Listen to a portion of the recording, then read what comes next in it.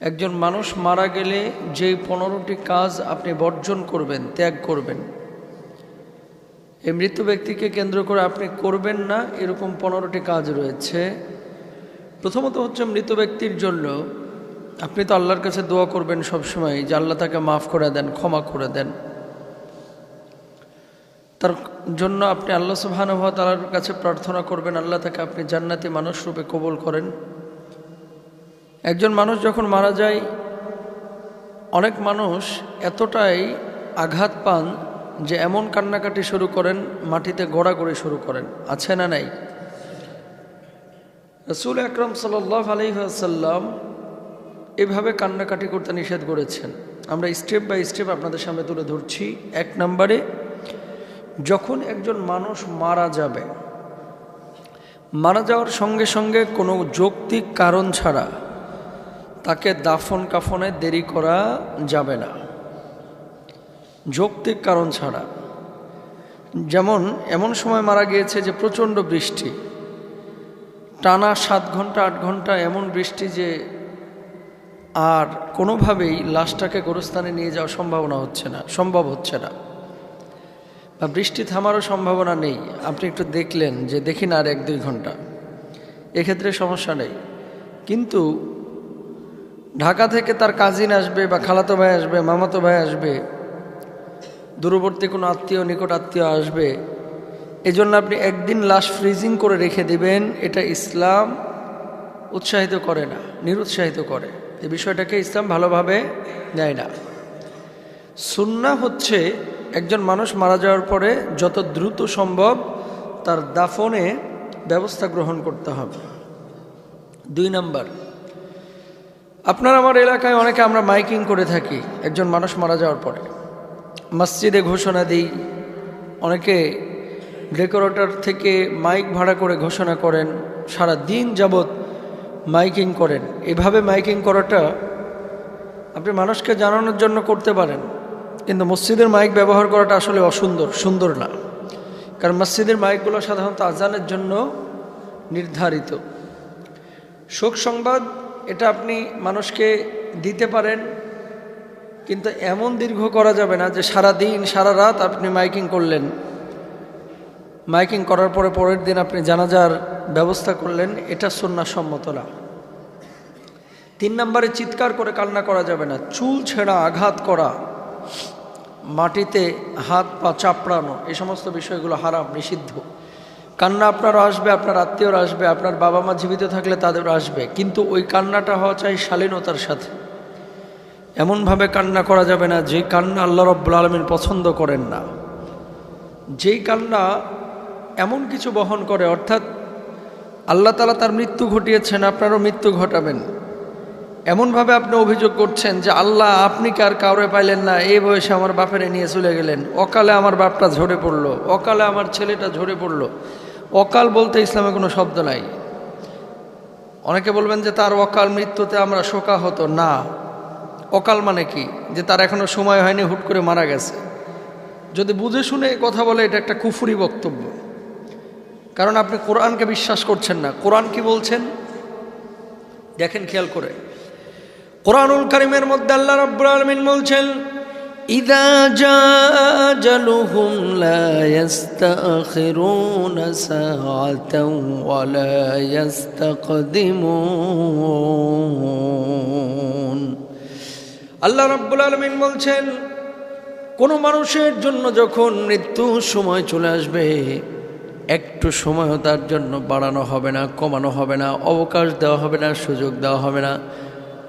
আল্লাহ রাব্বুল আলামিন যতটুকু সময় দুনিয়ার বুকে তার জন্য নির্ধারিত রেখেছিলেন, 1 মুহূর্ত সে বাড়িয়ে বাঁচতে পারবে না, আবার 1 মুহূর্ত আগেও দুনিয়া থেকে বিদায় নিতে পারবে না।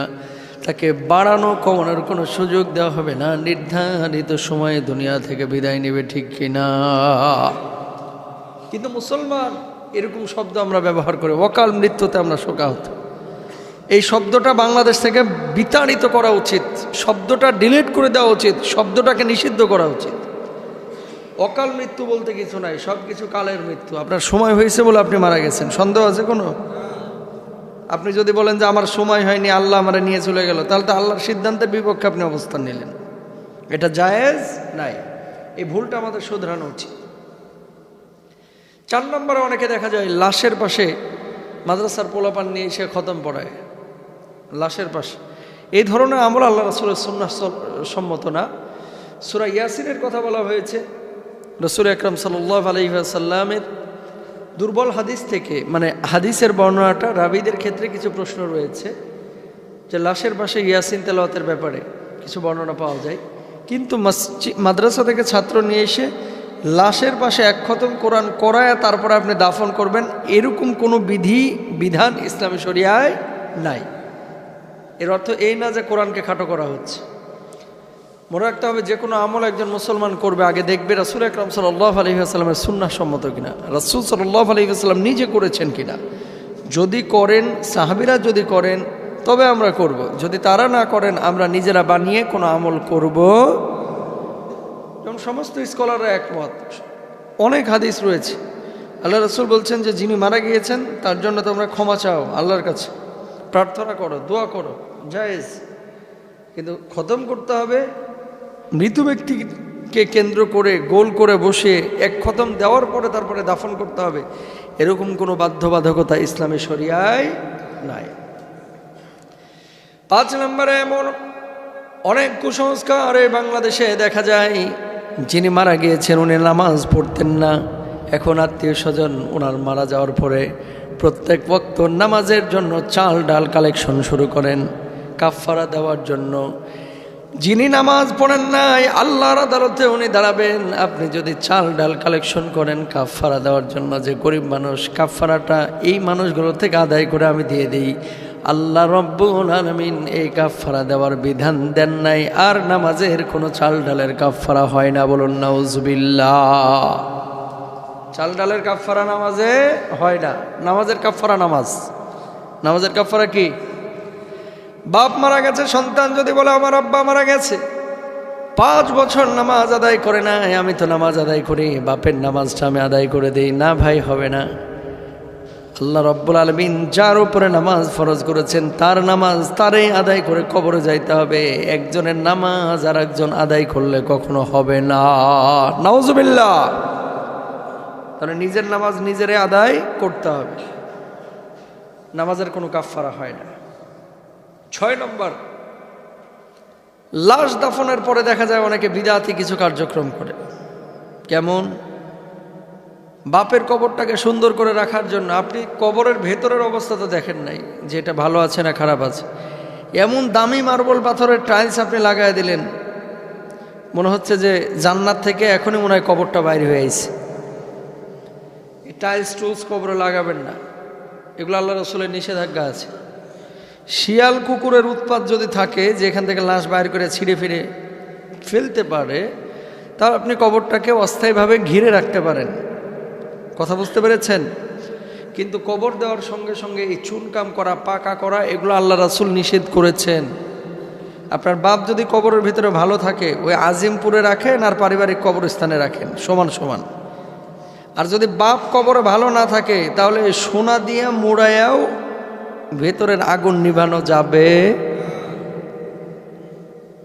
সুতরাং বাপকেও ভালো কাজ করতে বলেন, নিজেরাও ভালো কাজ করেন। কবর মোড়ানো বাঁধানো এগুলোর মধ্যে আলাদা কোনো ফজিলত। দুঃখজনক হলেও সত্য দেখতে পেলাম বাংলাদেশে কোন পীরের মুরিদ আল্লাহ জানে, সুস্পষ্ট রূপে ওরা যে বিভ্রান্ত গুমরা মুশরিক টাইপের, কোনো সন্দেহ নাই। কবরস্থানে যাইতেছে ঢোল তবলা বাজাইতে বাজাইতে লাশ নিয়ে যাচ্ছে, দাফন করতেছে তখনও ঢোল তবলা বাজাইতেছে, ইউটিউবে ছড়ায় গেছে ভিডিওটা। নাউজুবিল্লাহ বলেন। যারা এই সমস্ত কাজ করে এরা নবীর দুশ্মন, আল্লাহর দুশ্মন, কোনো সন্দেহ নাই। যেখানে আল্লাহর নবী বলছে এইসব ঢোল তবলাকে ভাঙিয়ে ফেলার জন্য আল্লাহ তাআলা আমারে পাঠাইছে দুনিয়াতে। ওয়াযহারাতিল কায়নাত ওয়াল মাআজিফ, এই ধরনের ঢোল বাদ্যগুলো কিয়ামতের আগে অনেক বেড়ে যাবে। আল্লাহর নবী যেখানে বলতেছে এটা কিয়ামতের আলামতের সাথে সংশ্লিষ্ট। তারপর আল্লাহর নবী বলছেন আল গিনাউ ইউমবিতুন নিফাক ফিল কলবি কামা ইউমবিতুল মাউ যারআ মিনান নাবাত। এই ধরনের অশ্লীল বাদ্যযন্ত্র দিয়ে যে সমস্ত গানগুলো বানানো হয় এগুলো মানুষের ভিতরে নেফাক তৈরি করে। সেখানে আপনি ওই হারাম ঢোলবাদ্য বাজাইতে বাজাইতে নাচতে নাচতে কবর নিয়ে গেলেন। খালি ঢুকেই দেখেন না মায়ের কারে কয় কবরের ভেতরে, কথা বলেন। আবেগ দিয়ে ইসলাম চলবে না, ইসলাম চলবে দলিল দিয়ে। সন্দেহ আছে কোনো? আল্লাহ এদের হেদায়েত দান করুন। 7 নাম্বার,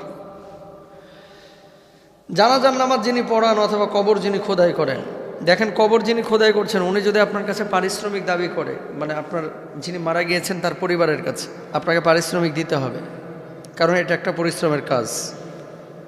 তাকে তো আপনি বেতন দিয়ে রাখেন নাই। এমনি যদি কেউ খোদাই করে দিল আত্মীয় স্বজন ভালোবেসে, আলহামদুলিল্লাহ জায়েজ। কিন্তু আপনি লোক ভাড়া করে নিয়ে আসলেন যে ও কবর খুঁড়তে পারে, ও অন্য কাজ ধুয়ে এসে আপনার কবর খুঁড়ে দিয়ে গেছে। পরিবারের সদস্যদের দায়িত্ব হচ্ছে তাকে কিছু সম্মানী দেওয়া, পারিশ্রমিক দেওয়া। কিন্তু আমাদের বাংলাদেশের মানুষ কি করে জানেন? পুরো একটা কবর খোদাই করে 3 জন 4 জন 5 জন মিলে, আত্মীয় স্বজন না, ভাড়া করা। 3 দিন পরে আরে গরুর গোশ আর আলু দিয়ে একটু ভাত খাওয়ায়, মনে করে এটাই পারিশ্রমিক। কথা বলেন না কেন? 3 দিন পরে কি করে? গরুর গোশ আর আলু দিয়া। আবার খাওয়ানোর পরে বলে একটু দোয়া করিস ভাই। কবরও খুললো, দোয়া করবে, মনে কষ্ট নিয়েই থাকে এরা, যে এত কষ্ট করে কবরটা খুঁড়ে দিলাম, আমি তো ভাড়াটে শ্রমিক। এরকম অনেকে আছে, খালি 1 টুকরা গোশত আর একটা আলুর টুকরা একটু ঝোল দিয়ে ভাত খাওয়াই দিলি পারিশ্রমিক হয়ে গেল। এরকম করা যাবে না। যদি কেউ ফ্রি করে দেয় আপনারা আলহামদুলিল্লাহ, কিন্তু পারিশ্রমিক দাবি করলে আপনি পারিশ্রমিকটা তাকে দিয়ে দেবেন। 40 দিন লাশের স্থানে আগরবাতি জ্বালানোর কোনো বিধান ইসলামে নাই। অনেকে মনে করেন এখানে লাশটা রাখছিলাম 40 দিন আগরবাতি জ্বালাইতে হবে, এটা ইসলামে নাই। আপনি যদি আগরবাতি জ্বালান বা আতর পারফিউম ব্যবহার করেন, এটা এমনি সুন্নাহ, এমনি যে ঘরটা গন্ধ বাড়াচ্ছে একটু আগরবাতি লাগাই দিই, ইবাদতের নিয়তে না, সুগন্ধির জন্য। ধূপ জ্বালান না, দেহনে লৌদ আরবের ওরা ব্যবহার করে, এই যে ধোঁয়াগুলো ব্যবহার করেন সুগন্ধির জন্য, সেটা জায়েজ। কিন্তু 40 দিন এখানে লাশ ছিল, এই লাশটা ছিল বিদায় 40 দিন আমারে আগরবাতি জ্বালাইতে হবে, এরকম বিধিবিধান বা এসেনশিয়াল কোনো বিষয় ইসলামে নাই। 9 নাম্বার, 3 দিন 40 দিন, যেটা গত সপ্তাহেও আলোচনা হয়েছে। আপনি যে কোনো সময় আপনার বাবার জন্য এই আয়োজনগুলো করেন। এই আয়োজন বলতে মানুষকে খাওয়াইতে চাইলে খাওয়াইতে পারেন, লিল্লা বোর্ডিংয়ে দিতে চাইলে দিতে পারেন। স্থায়ী অ্যাসেট নিয়ে আলোচনা হয়েছিল গত সপ্তাহে, কিন্তু এই 3 দিনেই করতে হবে, শুক্রবারেই করতে হবে, 40 দিনেই করতে হবে, মৃত্যুবার্ষিকীর দিনেই করতে হবে, এরকম কোনো বাধ্যবাধকতা নাই। আবার এমন কিছু কাজ করা যাবে না যে কাজগুলোতে বোঝাও যায় না যে এটা কুলখানে না বিয়ের অনুষ্ঠান। কথা বুঝতে পেরেছেন? 10 নম্বর চলে এসেছে অলরেডি, যে মৃত্যুবার্ষিকী, এটা আল্লাহ রাসূল সাল্লাল্লাহু আলাইহি ওয়াসাল্লাম এভাবে পালন করার কোনো বিধিবিধান রাখেন নাই। আপনি যে কোনো সময় করেন, আপনার বাবার জন্য, আত্মীয় স্বজনের কবর শান্তির জন্য, সওয়াবের কাজ অথবা খাওয়ানোর কাজ অথবা দান সাদাকার কাজ, যে কোনো সময় হবে। বছরে একটা দিন আপনি নির্ধারণ করবেন না যে এই দিনই আমাকে করতে হবে, এরকম কোনো বিধিবিধান নেই। 11 নম্বর, অনেকে দেখা যায় যে মাদ্রাসার অথবা মসজিদের ইমাম বা মুয়াজ্জিনকে 30 দিনের জন্য ভাড়া করে। আব্বা তো মারা গেছে, 30 দিন বা 40 দিন আপনি প্রতিদিন ফজরের পরে যে 1 পারা করে কবরের পাশে পড়বেন। কয় পারা করে? 1 পারা করে পড়বেন। আপনার মাস শেষে আমি 3000 টাকা দেবো। কয় হাজার? 3000 টাকা দেবো। মরছে বাপ আপনার, আর ইমামরে দিলেন আপনি 1 পারা করে পড়তে। কেন? আপনার সমস্যা কি? আপনি তো ঠিকই কম্বল নিয়ে ঘুমাইতেছেন, ইমাম সাহেব কেন পড়বে?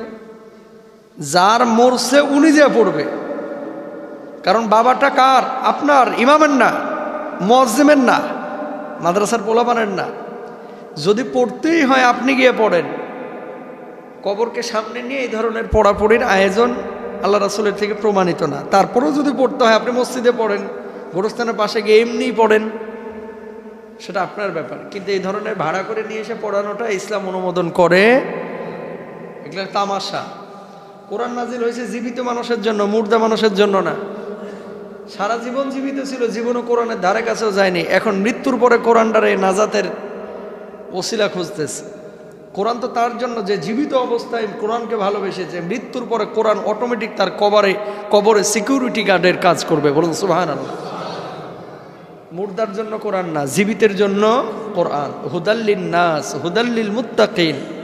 কথা বুঝতে পেরেছেন? 12 নম্বর, ওই যেটি একটু আগেই বলেছি, কবরে চুনকাম বিল্ডিং ইত্যাদি করবেন না, টাইলস টুলস এগুলো লাগানোটা শরীয়ত সম্মতরা। 13 নম্বর, জিয়ারতের জন্য আপনি যে কোনো দিন যাইতে পারেন আপনার বাবের কবরে, আত্মীয়ের কবরে। খালি সবে বরাত আসলেই যাব, সবে কদরেই যাব, ঈদের দিনেই যাব, জুমার দিনেই যাব, এরকম দিবসকে নির্ধারণ করা এটা ঠিক না। যখন মনে পড়েছে যাইতে ইচ্ছা করছে আপনি তখনই যান। আল্লাহ রাসূল এরকম কোনো দিবস নির্ধারণ করে দেন নাই যে শুধু শুক্রবার এই কবর জিয়ারত করবা, শুধু সবে বরাতেই করবা, শুধু সবে কদরে আর ঈদের নামাজের পরে যা করবা, এরকম কোনো দিবস আল্লাহ রাসূল এভাবে ফিক্স করেন নাই যেভাবে আমরা করি। এটা খেয়াল রাখতে হবে। 14 নম্বর, কবরবাসীকে উদ্দেশ্য করে অনেকে কি করে, পশু মানত করে, এবং পশু মানত করার পরে আল্লাহর কাছে সাহায্য চাই সেই কবরে গিয়ে। এই সমস্ত কাজ করবেন না। নজর মান্নাত এগুলো কবরকে কেন্দ্র করে হবে না, এই সমস্ত জিনিসগুলো আল্লাহ সুবহানাহু ওয়া তাআলাকে কেন্দ্র করে হবে। 15 নম্বর, কবরে ফুল দিয়ে কবরকে ঢেকে দেওয়া, নিয়মিত পানি দেওয়া এবং এমন ভক্তি করা, হিন্দুরা যেমন মূর্তি পূজা করে, কবরকে এইরকম পূজার আসনে নিয়ে যাওয়া, ভক্তি করা, এটা ইসলামে জায়েজ নাই। তার কবরের ভিতরের কি অবস্থা সেটা আল্লাহ তাআলা জানে। আপনি যতই ওপরে গোলাপ ফুল দেন আর রজনীগন্ধা দেন, কাজ হবে? বরঞ্চ আপনাকে চেষ্টা করতে হবে ওই কবর আপনি একদিন ঢুকবেন, আপনি যাতে করে আমল নিয়ে প্রকৃত মুসলমান হয়ে আপনি কবরে ঢোকেন। কবরের ভেতরের চর্চা না করে কবরের ভেতরে আমি কিভাবে ভালো থাকতে পারি সে আমলের চর্চা মুসলমানের করা উচিত। তাহলে আমরা আত্মীয় স্বজন যখন মারা যাবে এই 15টি কাজ বর্জন করব ইনশাআল্লাহ। Rose TV 24. Enjoy by listening to the Holy Quran.